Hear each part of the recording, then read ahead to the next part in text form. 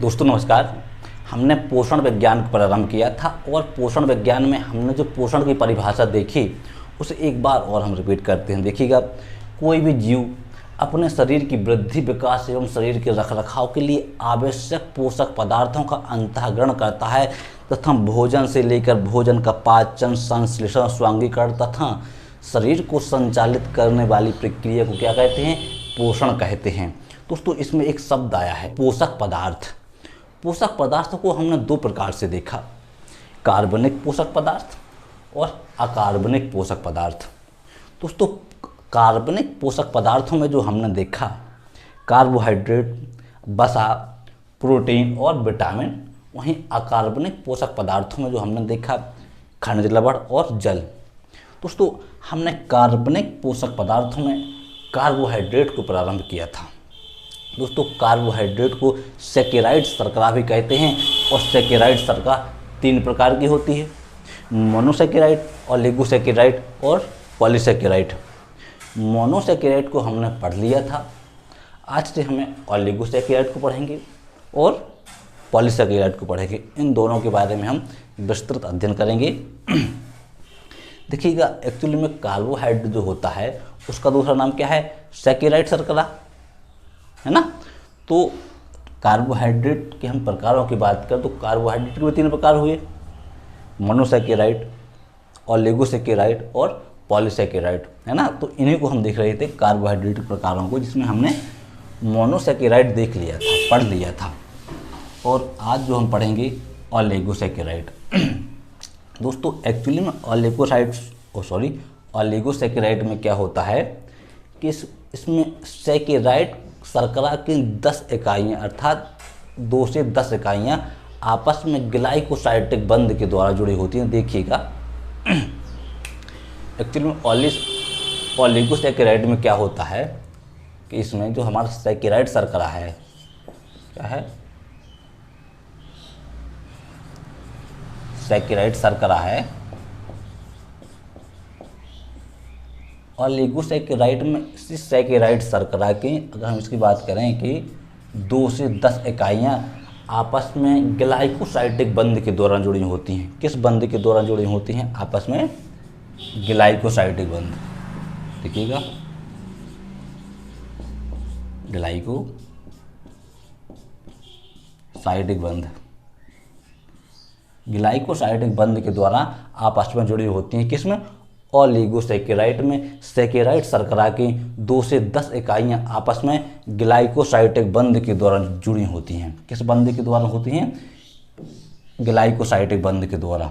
दोस्तों ओलिगोसाइड शर्करा 3 प्रकार की होती है। देखिएगा, वहीं हम इसके प्रकार की बात करें, इसके ओलिगोसाइड शर्करा के प्रकार, तो एक तो इसमें आता है डाइसैकेराइड,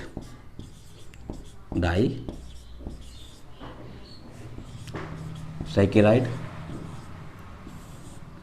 जिसका दूसरा आता है ट्राइसैकेराइड,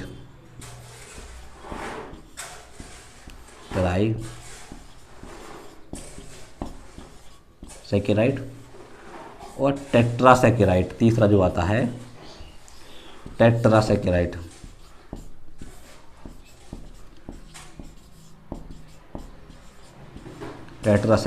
ये मुख्यतः है, वैसे तो काफ़ी सारे प्रकार होते हैं, लेकिन जो मुख्य हैं एक्चुअली हमें लगता है कि यहाँ से, है ना, क्वेश्चन बन सकता है। तो हमें उन्हीं के एग्जाम्पलों के बारे में देखना है, उदाहरणों के बारे में देखना है, प्रकारों के बारे में देखना है।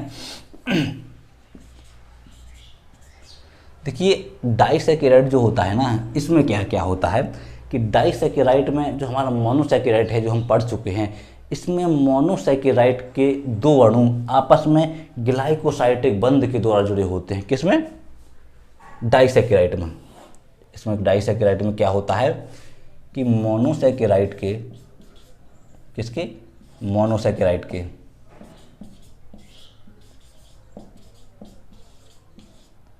मोनोसैकेराइड के 2 से अधिक अणु, मतलब इसमें 2 अणु, मोनोसैकेराइड के 2 अणु आपस में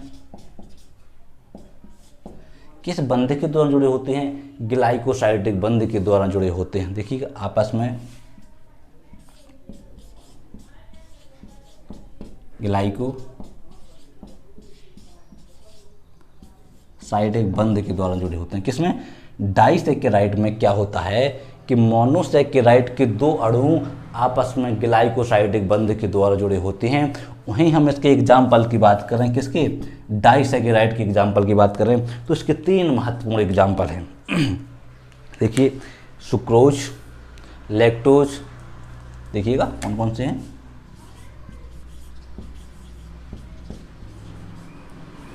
सुक्रोज, लैक्टोज और तीसरा है हमारा माल्टोज। क्या है? सुक्रोज, लैक्टोज और माल्टोज। दोस्तों हमने इसमें देखा कि डाइसैकेराइड है ना, डाइसैकेराइड में क्या होता है, मोनोसैकेराइड के दो अणु आपस में ग्लाइकोसाइड एक बंध के द्वारा जुड़े होते हैं।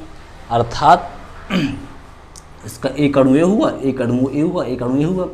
अब हमें देखना है कि मोनोसैकेराइड के जो दो अणु हैं, इन अणुओं से मिलकर कैसे डाइसैकेराइड के अणुओं का निर्माण होता है ना, एग्जाम्पल का निर्माण होता है। देखिएगा, अगर हम सुक्रोज की बात करें, किसकी बात करें? सुक्रोज। देखिए, ग्लूकोज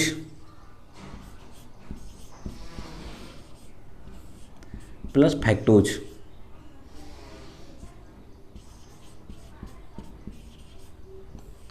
ग्लूकोज प्लस फ्रैक्टोज मिलकर सुक्रोज का निर्माण करते हैं। किसका निर्माण करते हैं? ग्लूकोज और फ्रैक्टोज। अर्थात ग्लूकोज और फ्रैक्टोज क्या है? यह मोनोसैकेराइड शर्करा है।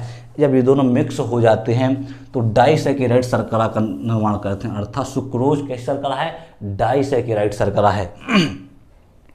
और किस प्रकार की शर्करा है दोस्तों? सुक्रोज सरल शर्करा है। कैसी शर्करा है? सामान्य शर्करा होती है, सामान्य शर्करा। जैसे हम व्यवहार में प्रयोग करते हैं, जैसे जो हमारी मार्केट में मिलती है वो यही शर्करा है। कौन सी? सुक्रोज शर्करा होती है।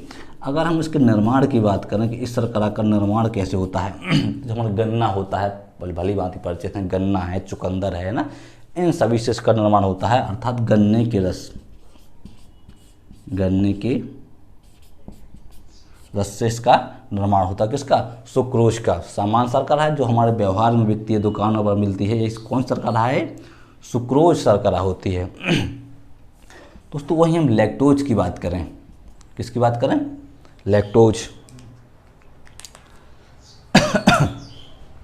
एक्चुअली में लैक्टोज क्या है, इसमें भी हमें देखना है कि मोनोसैकेराइड के दो अणु आपस में किस जुड़े होते हैं? ग्लाइकोसाइड एक बंध के द्वारा। अर्थात इसमें किस प्रकार के मोनोसैकेराइड के अणु जुड़े होते हैं? देखिएगा, एक तो हमारा ग्लूकोज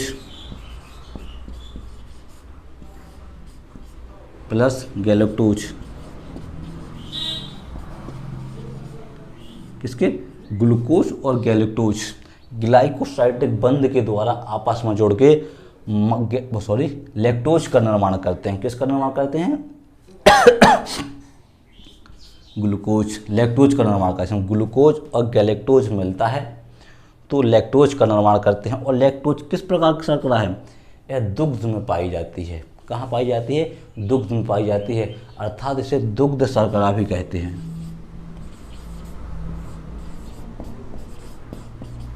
क्या शर्करा कहते हैं? दूध शर्करा भी कहते हैं। वहीं अगर हम इसके निर्माण की बात करें, किसकी? लैक्टोज शर्करा का निर्माण कहाँ होता?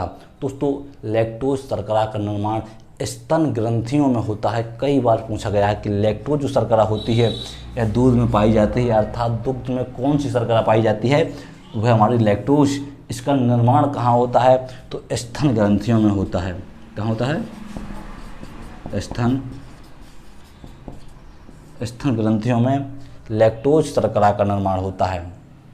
दूध में पाई जाती है, इसे दुग्ध शर्करा भी कहते हैं। एक और हमारी माल्टोज, देखिएगा कौन सा है? माल्टोज।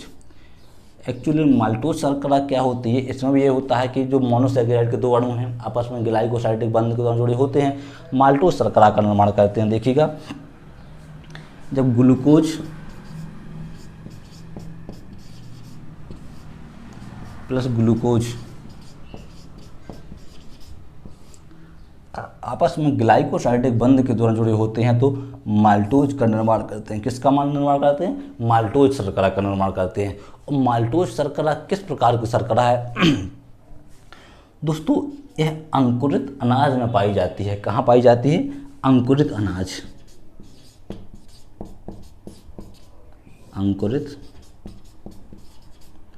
अंकुरित अनाज में पाई जाती है। जैसे सुबह सुबह आप चने फूलने के लिए डाल देते हैं तो उसके बाद जो उसमें मिठास आती है ना, वो कौन सी शर्करा मिलती है? माल्टोज शर्करा मिलती है। इसका उपयोग कहाँ किया जाता है? कहाँ किया जाता है माल्टोज शर्करा का उपयोग? जैसे दारू निर्माण में, दारू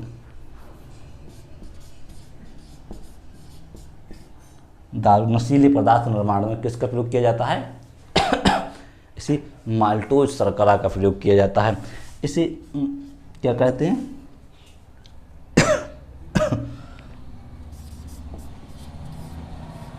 मंड शर्करा भी कहते हैं। क्या कहते हैं इसे? मंड शर्करा भी कहते हैं। किसे? माल्टोज को। माल्टोज अंकुरित अनाजों में पाई जाती है। दारू निर्माण में इसका प्रयोग किया जाता है। किसका? अंकुरित अनाजों का। इसका निर्माण की बात करें तो अंकुरित अनाजों में इसका निर्माण होता है। तो ये तो हुए हमारे किसके? डाइसैकेराइड के एग्जाम्पल, सुक्रोज, लैक्टोज और माल्टोज। सुक्रोज की बात करें तो ग्लूकोज और फ्रक्टोज से मिलकर सुक्रोज का निर्माण होता है। दोस्तों यह सामान्य शर्करा होती है जो हमें मार्केट में प्राप्त होती है। इसका निर्माण गन्ने के रस से होता है। वहीं हम लैक्टोज की बात करें तो ग्लूकोज प्लस गैलेक्टोज जब ग्लाइकोसाइडिक बंध के द्वारा आपस में जुड़े होते हैं तो लैक्टोज का निर्माण करते हैं। इसे दुग्ध शर्करा भी कहते हैं क्योंकि यह दूध में पाई जाती है और इसका निर्माण स्तन ग्रंथियों में होता है। कहाँ होता है? स्तन ग्रंथियों में होता है। वहीं माल्टोज शर्करा की बात करें तो जब ग्लूकोज और ग्लूकोज आपस में ग्लाइकोसाइडिक बंध के दौरान जुड़े होते हैं तो माल्टोज शर्करा का निर्माण करते हैं। इसका निर्माण अंकुरित अनाज से उत्पन्न होता है। माल्टोज शर्करा किससे निर्मित होती है? अंकुरित अनाजों से। जब अंकुरित अनाज जो है उसमें अंकुर आ जाते हैं वो उसके खाने से जो मिठास महसूस होती है वो कौन सा शर्करा है? माल्टोज शर्करा है। इसका निर्माण मादा उद्योग यानी दारू बनाने में, दारू उद्योग में इसका प्रयोग किया जाता है, जैसे हम मदरा कहते हैं। दोस्तों वहीं हम ट्राइसैकेराइड की बात करें, देखिएगा यहीं समझ लीजिएगा किसकी बात करें हम? ट्राइसैकेराइड की। तो ट्राइसैकेराइड में क्या होता है? हमने देखा कि डाइसैकेराइड में मोनोसैकेराइड के दो अणु आपस में ग्लाइकोसाइडिक बंध के दौरान जुड़े होते हैं, है ना। वहीं ट्राइसैकेराइड में क्या होता है कि मोनोसैकेराइड के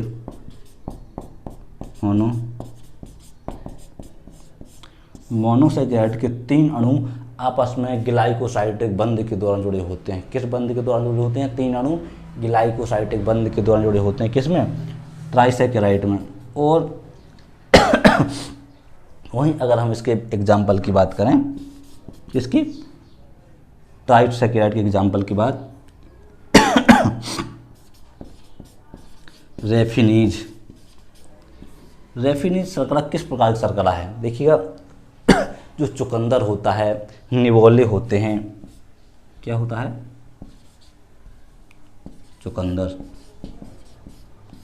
चुकंदर हुआ, निवोले, जो इनमें जो शर्करा पाई जाती है वो कौन सी शर्करा है? वो है रेफिनीज शर्करा अर्थात ट्राइसैकेराइड। क्या है? ट्राइसैकेराइड। जब मोनोसैकेराइड के 3 अणु आपस में ग्लाइकोसाइडिक बंध के दौरान जुड़े होते हैं तो ट्राइसैकेराइड शर्करा का निर्माण करते हैं। और ट्राइसैकेराइड शर्करा क्या नाम है? रेफिनीज। यह कहाँ पाई जाती है? चुकंदर हुआ, निवोले हुआ, इसमें ये ट्राइसैकेराइड शर्करा पाई जाती है। जो हमारा तीसरा एग्जाम्पल है वो है टेट्रासैकेराइड।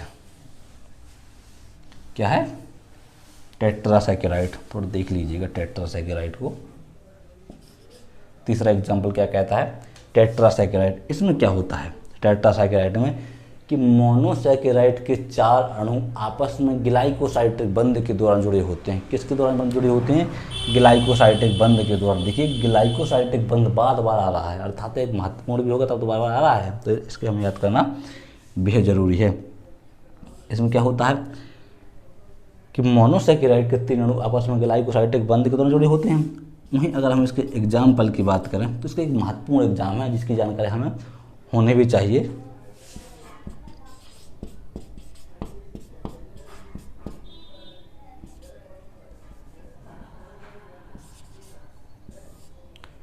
स्क्लेरोडोज। क्या है? स्क्लेरोडोज।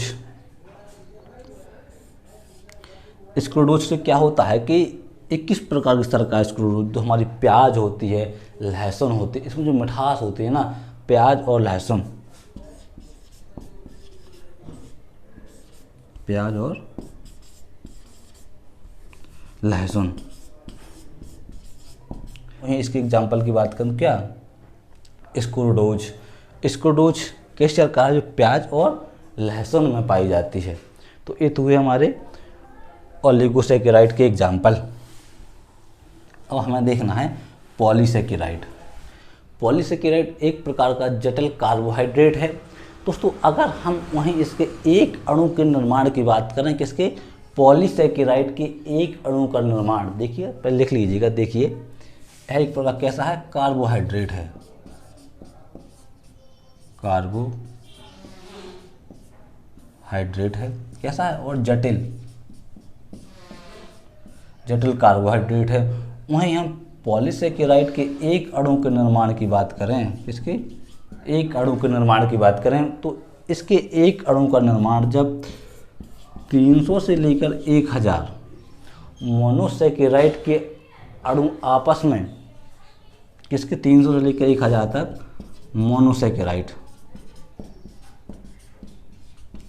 मोनोसैकेराइड के अणु आपस में संघनन और बहुलीकरण से पॉलीसैकेराइड के एक अणु का निर्माण होता है। किसके, संघनन और बहुलीकरण, संघनन और बहुलीकरण से पॉलीसैकेराइड के एक अणु का निर्माण होता है। दोस्तों पॉलीसैकेराइड में सैकेराइड शर्करा के लगभग 10 से अधिक अणु आपस में ग्लाइकोसाइडिक बंध के द्वारा जुड़े होते हैं। देखिएगा इसमें क्या होता है, सैकेराइड शर्करा के 10 से अधिक अणु क्या आपस में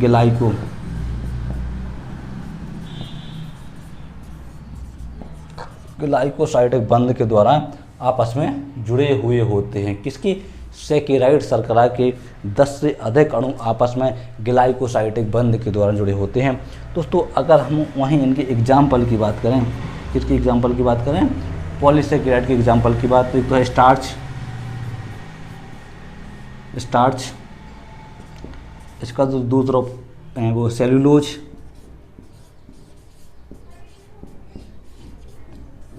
तीसरा एग्जाम्पल है काइटिन, क्या आता है, काइटिन। जो चौथा आता है पैकेटिन,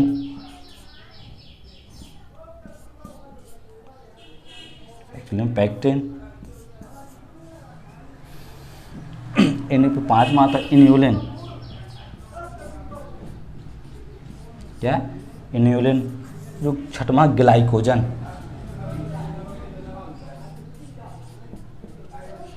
क्या है, ग्लाइकोजन। देखिएगा कौन कौन से इसके एग्जाम्पल हैं, स्टार्च हुआ, सेल्यूलोज हुआ, काइटिन हुआ, पैकेटिन हुआ, इन्यूलिन हुआ और ग्लाइकोजन हुआ। दोस्तों इन्हीं एग्जाम्पलों को हमें एक एक करके थोड़ी थोड़ी देखना है। अगर हम वहीं स्टार्च की बात करें तो साफ कर लीजिए थोड़ी,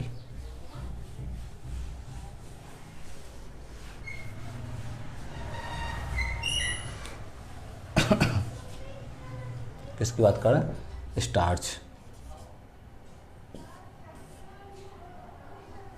स्टार्च एक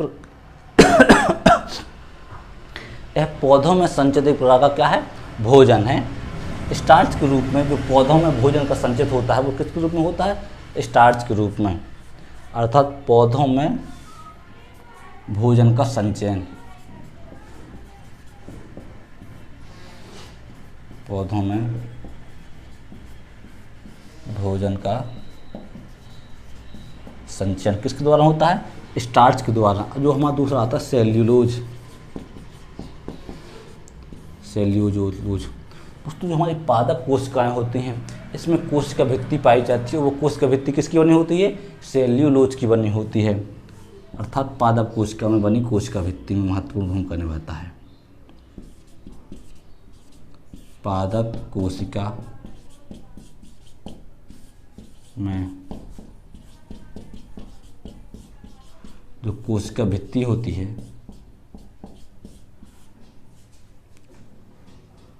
पादप कोशिका में कोशिका भित्ति का निर्माण। किसका? पादप कोशिका में कोशिका भित्ति का निर्माण। दूसरा जो हमारा काइटिन, क्या आता है? काइटिन। दोस्तों जो हमारा कवक होता है, कवक में भी कोशिका भित्ति पाई जाती है। देखिएगा, कवक की जो कोशिका भित्ति है, कोशिका भित्ति का निर्माण, कवक की कोशिका भित्ति का निर्माण। और जो हमारे जीवाणु होते हैं ना, छोटे छोटे जीव कीट होते हैं, सॉरी, तो कीटों का बाहरी जो कंकाल होता है, जैसे केकड़ा हुआ, झींगा हुआ, कॉकरोच हुआ, इनका जो बाहरी कंकाल है वो भी काइटिन का बना होता है। काइटिन एक प्रकार क्या है? यह पॉलीसेकेराइड है। स्टार्च भी एक प्रकार का पॉलीसेकेराइड है। सेल्यूलोज भी एक प्रकार का क्या है? पॉलीसेकेराइड है। तो चौथा है पैक्टिन। क्या है? पैक्टिन। दोस्तों यह पादपों में उपस्थित होता है। किस में उपस्थित होता है? पादपों में उपस्थित होता है। पैक्टिन पादपों में उपस्थित होता है।